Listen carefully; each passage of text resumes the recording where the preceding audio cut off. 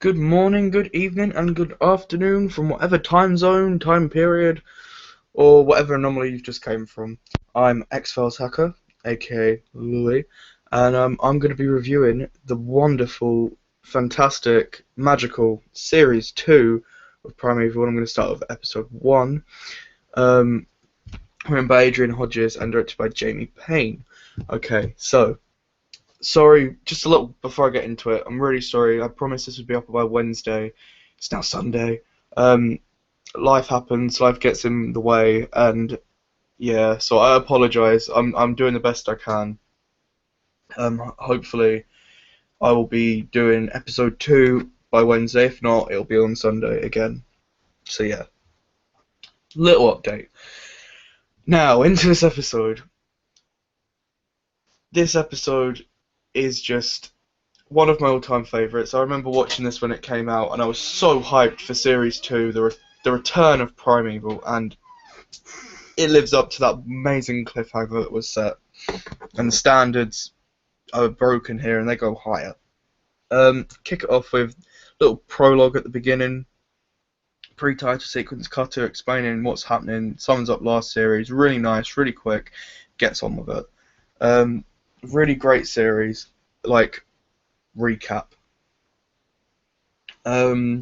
Yeah. Then we've got this bit with like cut. It's just finished. It's like we start right off where we left off. Cut's like going, "I gotta go. I've got to make things right." And it's just love that quote. I quoted it down in the comments. Not comments, my description.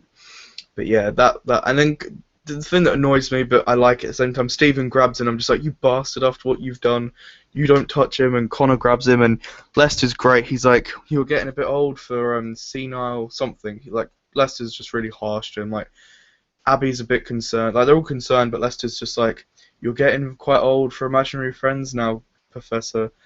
And he like they go off to the Ark, and Cut's like, "What the hell's the Ark?" And what is the Ark? I remember like this is the first time we know what the Ark is, and he's like, no, the Home Office. And Abby's like, we moved from that place ages ago.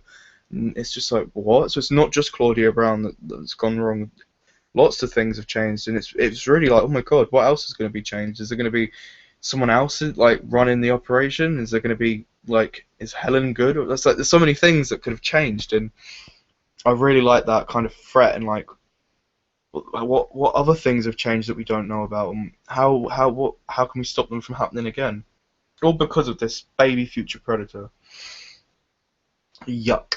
So yeah, they go to the Ark, and it's a great scene. Just like, how scary would that be for one day just to like, your whole life is changed, but you remember like, it's so weird. Like his locker's there, like his like stuff's in his locker that he's never seen before. There's people in the Ark, like that woman says hello, Professor, and he doesn't even know who she is. Oliver Leake, who the hell is that guy? Really glad he's in it though, because he provides one of the best double acts I've ever seen. Him and Lester, and he's like, Leake, has a concept of personal space ever entered your mind? And he's just like, they just play off each other really, really well. Great double act. Really glad that happened. The Ark's great. It's dark and it's real and it's gritty. Loving the Ark. There's a great bit where like he doesn't know who Leek is, but everyone's kind of staring at him. So he kind of just like goes along with it. He remembers Abby mentioning his name, so he's like, "Yeah, Leek. I know Leek. Oliver Leek."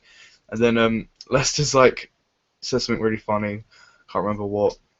Then he kind of goes to Connor, and Connor's like, "You had no idea who that guy was, do you?" And he's like, "No." And he's like, "You're really starting to freak me out." And he's like, "I think I'm just glad that someone believes him." And he's like, "What was I like in this past?" And in the past it never happened. And he's like, "Oh, some people just always stay the same." And he's like, "Huh, is that a good thing or a bad thing?" And it's just a great bit from Connor. Really like that. So from one adventure to the other, now have to go off to a shopping centre to fight raptors. Oh my god, the raptors in here look great. They could have gone from the classic Jurassic Park feel, but they went in the completely different direction. Black raptors, purple feathers, awesome. The shopping centre has a great urban feel to it. It's realistic. You could go out to a shopping mall and it really matches nice as a bowling alley in it as well. So I really like that. I remember the opening actually is with the bowling alley, and I remember watching it thinking, like when it aired, and I was like, can't wait for it to start. Oh, can this bowling advert get out of the way? And I was like, oh my god, it's normally. It's not. It's just started. It started. So yeah, I love that. I love the fact you don't really see the raptors. They do a bit of a Jaws thing. You just see teeth, eyes, claws. They kill that guy in a really gruesome way for Primeval. You see him get killed. You see blood. Really like that. The awkwardness of the team is really obvious here. Steven, the little shit for what he did to Cutter. Um, Cutter's kind of just over it. I think he's more concerned about the evolution changes in Claudia, and he's just kind of like, yeah, you didn't go with Helen, so do you know what? You could have done, and that's all that counts right now. I need my friends, and you may have been a complete twat, pardon the French, but you stayed when it mattered, so I want you on the team still. Abby and Connor have some great dialogue. They're kind of the backseat characters in this one, but not in a way where they're not in it. They have some great scenes together. Connor does James Bond, hilarious. Connor gets chased by a raptor whilst stealing a slushie, awesome. Connor shoots Abby, not so awesome for Abby, but hilariously funny at the same time. Abby's great in this one. She's I think she's kind of, this is the episode where you can tell she's done with Steven now. Steven's a friend, nothing more. I think what he did to she's very loyal, Abby, and what he did to Cutter's kind of like, yeah, you've changed. I love the little scene they have, Cutter and Abby together, when they're checking over the raptor and they're comparing its bird-like, and then they have this really nice moment where Abby's like, "This Claudia, like, I'm really sorry that I didn't like." He's like, "What for?" He's like, "Because I didn't meet her," and she's like, "And you've lost her," and it's like, and I really want to believe you, I really do, but it's just so hard. And it's really nice because they don't really develop their relationship that much. Like, they don't have that many scenes together. But when they do, it's really nice. And Cutter's on fire. Like, he's so lost in this episode, yet he's never been so closer to the truth because we get a development on the anomalies. The anomaly detection device is born in this episode. Like, whilst in the shopping mall, they have a great scene where Stephen and Cutter are talking, and the CCTV cameras all over the TVs, and you see them walk past, and as they're talking, you see the raptor run past, but they don't see it, and they're like, oh my god, the raptor, the raptor. But yeah, Cutter, whilst walking past the shop, he hears the radio have like this weird anomaly bleep, and he's like to Connor, "You need to check this. This could be something. If the anomaly closes and I don't come back, um, then you get onto this." And there's a great bit where when he puts the raptors back through. I'm just rambling. I'm just saying my favourite bits because I haven't got much time to do this review, but I want to put it out today. So yeah, if I miss bits, I'm sorry. These are just my favourite moments. When he puts the creatures back through, and he's just like, he wants to go, and he wants to make things right. He doesn't want to be in this world if Claudia's not in it. And his whole life's fallen apart. Like, he was so strong with Claudia, like, he didn't care about Helen anymore. He kind of got over it thanks to Claudia, and now his only person he really could trust and rely on is gone. But yeah, it's sad, and he wants to stay. And Stephen goes through, and I think that kind of helps redeem Stephen a bit. The fact that he doesn't want Cutter to die. Yeah, he's arrogant little idiot, and he's really put me off Stephen. Stephen's put me off Stephen. um, it's really well done. The Mongolian scene, the prehistoric Mongolia, when they're back in the past, and he's about to close, and Stephen runs through, and Cutter runs through. Stephen gets grabbed, and they're pulling him, and you're like, oh my god, Stephen could die, and I really couldn't care because he deserves it. And the raptor's got his foot, and when we first see the raptors, you see their eye. Focus on their eye, and you see it again, but this time all life disappears from that eye, and you just see that the raptor's head cut off, and you realise that that's what happens in the anomaly. It's a magnetic force.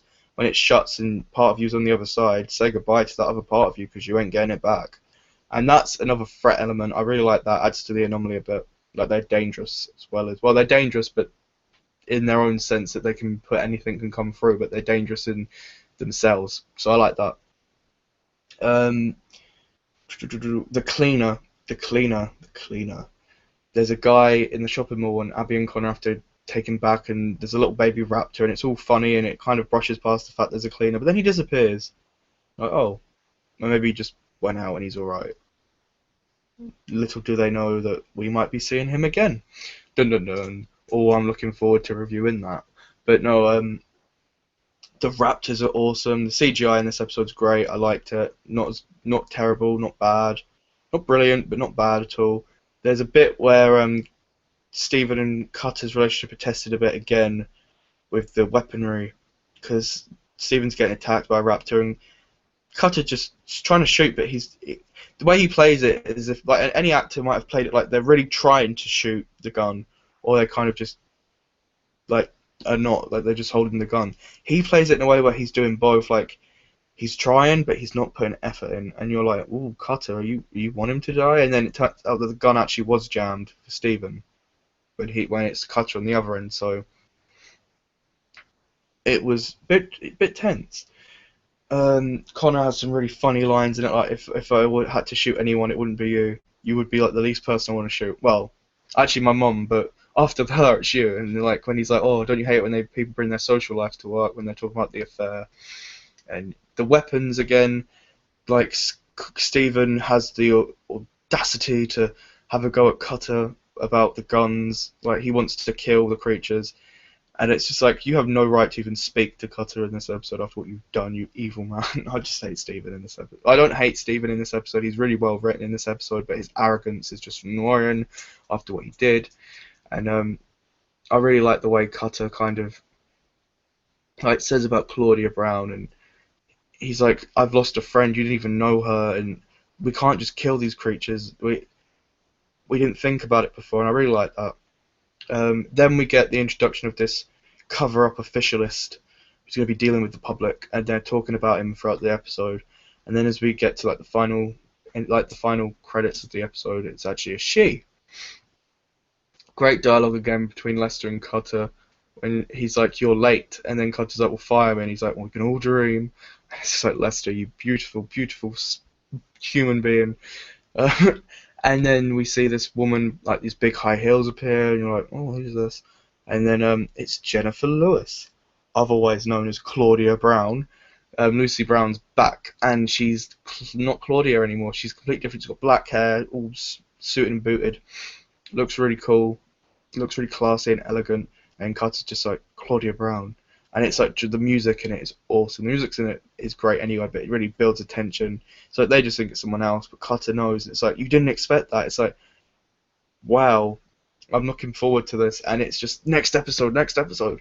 But yeah, for me personally, this is a great series opener. Personally, I prefer this opener to series 1 opener, as it's not much like last series opener was the introduction of Primeval, so it's more of a character piece. Whereas this one, it's more of a it's setting off series 2 with a bang. So yeah, for me, this episode is one of my favourites, but not my all-time favourites. I'm going to be doing a top 10 or 5. I'm undecided yet of my favourite episodes of Primeval, but I'll put that up later once I've reviewed them all. So yeah, this episode for me is going to have 9.5 out of 10. Not that there's something missing from it. I feel just like a tiny little bit missing from it that doesn't give it a 10, but yeah, 9.5 out of 10. Just before I go, there's this bit in it where the raptor jumps off the clove. It pushes this like auton. That's not an auton. It's a mannequin doll with this clothes on and a wig, and it looks like Claudia Brown from series 1, episode 5. And I'm just wondering, is that like a little hint, like a little like a little nod to Claudia? I really like that. But yeah, yeah, that's my review. My silly dog's barking. So I'm gonna go. See you later. Bye.